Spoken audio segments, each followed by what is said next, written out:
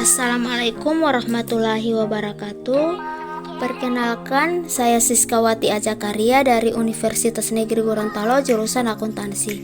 Nah, kali ini saya akan membahas materi mengenai yang pertama yaitu persamaan dasar akuntansi, yang kedua yaitu siklus akuntansi, yang ketiga laporan keuangan, yang keempat 5 jenis akun, dan yang terakhir yaitu perhitungan mengenai pendapatan. Nah, materi yang pertama yaitu mengenai persamaan dasar akuntansi.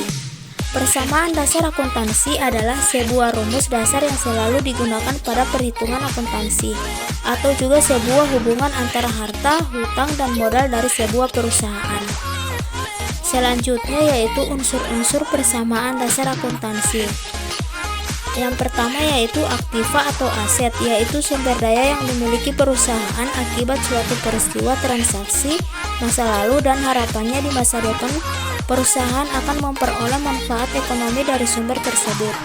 Yang kedua yaitu kewajiban atau hutang atau liabilitas, yaitu merupakan tanggung jawab perusahaan akibat transaksi di masa lalu yang harus diselesaikan dengan pengorbanan sumber daya perusahaan.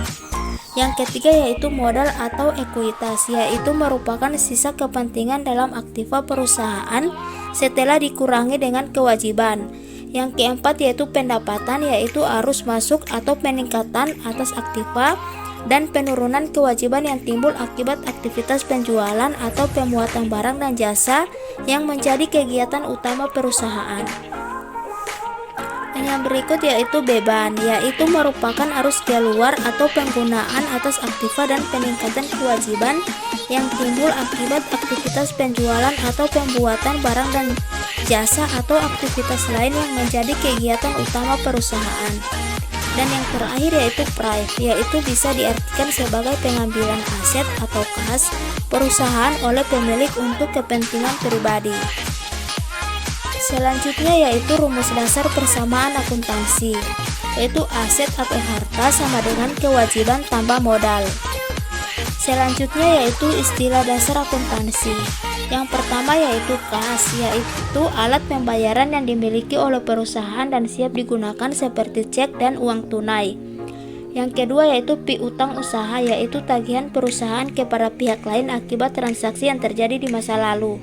Yang ketiga yaitu utang usaha, yaitu kewajiban membayar sejumlah uang atau barang atau jasa kepada pihak lain yang timbul akibat transaksi perusahaan yang dilakukan di masa lalu.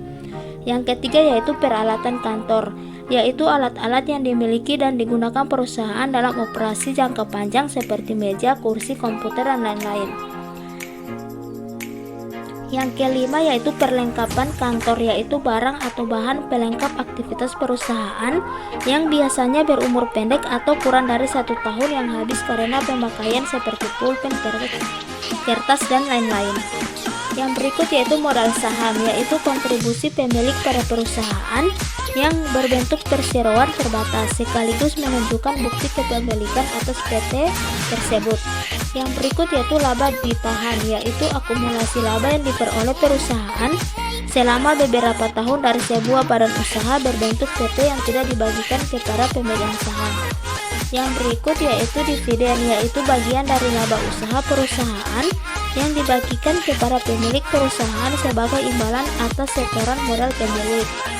Selanjutnya yaitu pendapatan, yaitu kenaikan modal perusahaan akibat penjualan produk perusahaan.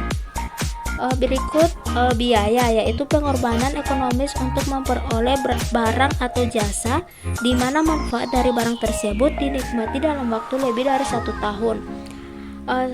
Yang terakhir yaitu beban, yaitu biaya yang manfaatnya hanya dalam 1 tahun dan tidak memiliki manfaat di masa mendatang. Selanjutnya materi yang kedua yaitu mengenai siklus akuntansi perusahaan. Yang pertama yaitu analisa transaksi, yaitu mengumpulkan data-data keuangan yang valid, akurat, dan bisa dipertanggungjawabkan. Yang kedua yaitu jurnal umum, yaitu untuk mencatat transaksi tersebut ke dalam jurnal perusahaan dalam urutan kronologis. Perlu diperhatikan dalam mendebit dan mengkredit akun harus selalu seimbang. Yang berikut buku besar. Buku besar yaitu memindahkan informasi akun beserta saldonya ke dalam kolom khusus akun yang sejenis. Yang berikut neraca saldo. Neraca saldo yaitu ringkasan dari akun transaksi beserta saldonya yang berguna sebagai dasar untuk menyiapkan laporan keuangan atau sebagai bahan evaluasi. Yang berikut yaitu jurnal penyesuaian, yaitu dibuat saat terjadinya transaksi yang berpengaruh pada akun-akun perusahaan, misalnya penyusutan peralatan, uang sewa yang belum dilunasi, dan lain-lain. Yang berikut yaitu neraca lajur, yaitu berisi informasi tentang neraca saldo dan jurnal penyesuaian yang akan menghasilkan informasi yang diperlukan dalam membuat laporan keuangan. Informasi tersebut merupakan laba rugi dan neraca. Selanjutnya yaitu laporan keuangan, yaitu tahap siklus akuntansi perusahaan jasa yang diantaranya adalah laporan laba rugi, neraca, dan laporan perubahan modal. Selanjutnya yaitu jurnal penutup, yaitu akun-akun perkiraan pada laporan perubahan modal dan laporan laba rugi akan ditutup. Akun-akun tersebut adalah pendapatan, biaya atau beban, laba rugi, dan prime. Dan selanjutnya yaitu yang terakhir jurnal pembalik. Jurnal pembalik merupakan tahap pembalikan beberapa akun yang telah ditutup untuk pengembalian saldonya. Akun perkiraan yang dibalik biasanya adalah pembayaran yang dibayar di muka yang belum jatuh tempo. Selanjutnya materi yang ketiga yaitu mengenai laporan keuangan. Secara umum laporan keuangan adalah laporan yang berisi pencatatan uang dan transaksi yang terjadi dalam bisnis, baik transaksi pembelian maupun penjualan dan transaksi lainnya yang memiliki nilai ekonomi dan moneter. Selanjutnya yaitu jenis-jenis laporan keuangan. Yang pertama yaitu laporan laba rugi. Laporan laba rugi adalah laporan finansial perusahaan yang dibuat oleh bisnis untuk mengetahui pengeluaran dan pemasukan bisnis secara mendetail. Isi dari laporan ini ialah data-data pendapatan sekaligus beban yang ditanggung oleh perusahaan. Yang kedua yaitu laporan arus kas. Laporan arus kas atau yang biasa disebut dengan cash flow ini sendiri dapat diartikan sebagai catatan keuangan yang berisi informasi tentang pemasukan dan pengeluaran selama satu periode. Yang ketiga yaitu laporan perubahan modal. Laporan perubahan modal atau ekuitas adalah salah satu jenis laporan keuangan yang penting terutama untuk perusahaan publik. Tujuan pembuatannya adalah agar perusahaan dapat menggambarkan peningkatan maupun penurunan dari aktiva bersih atau kekayaan dalam periode tertentu dengan prinsip pengukuran tertentu untuk dianut. Dan yang keempat yaitu laporan neraca. Laporan neraca atau balance sheet biasanya terdapat beberapa informasi mengenai akun-akun aktiva serta hal-hal yang menjadi kewajiban perusahaan dalam satu periode dan dalam penerapannya. Dan yang terakhir yaitu catatan atas laporan keuangan. Catatan atas laporan keuangan ini mengacu pada informasi tambahan yang membantu menjelaskan bagaimana perusahaan sampai pada angka laporan keuangannya. Catatan ini juga membantu menjelaskan penyimpangan atau anggapan inkonsistensi dalam metodologi akun tahun ke tahun.